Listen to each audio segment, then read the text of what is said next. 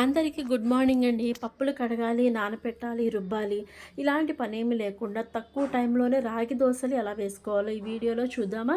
First ఒక పెద్ద గిన్నె తీసుకొని ఒక కప్పు వరకు ఫస్ట్ రాగి పిండి, ఒక కప్పు బియ్యపు పిండి, అలానే ఒక కప్పు పెరుగు, వీటితో పాటు టేస్ట్కి సరిపోయే ఉప్పు వేసుకొని అట్లు పిండి మాదిరిగానే ఆ కన్సిస్టెన్సీ వచ్చేలాగా కలుపుకోవాలి. అలానే ఒక కప్పు బొంబాయి రవ్వ, దీన్ని కూడా మొత్తం కలుపుకొని ఒక అరగంట సేపు నాననివ్వండి మూత పెట్టేసి. నెక్స్ట్ ప్యాన్ హీట్ అయ్యాక చక్కగా ఆయిల్ అప్లై చేసి మనం రెడీ చేసుకున్నటువంటి పిండిని దోశల మాదిరిగానే వేసుకుంటూ టూ సైడ్స్ ఆయిల్ అప్లై చేస్తూ చక్కగా ఇలా పెన్ను మీద కాల్చుకోండి. చూస్తున్నారు కదా, దోరగా అనమాట గోల్డెన్ కలర్లో వచ్చి చాలా క్రిస్పీగా చాలా బాగుంటాయి. ఖచ్చితంగా ట్రై చేయండి, ఖచ్చితంగా మీకు నచ్చుతుంది.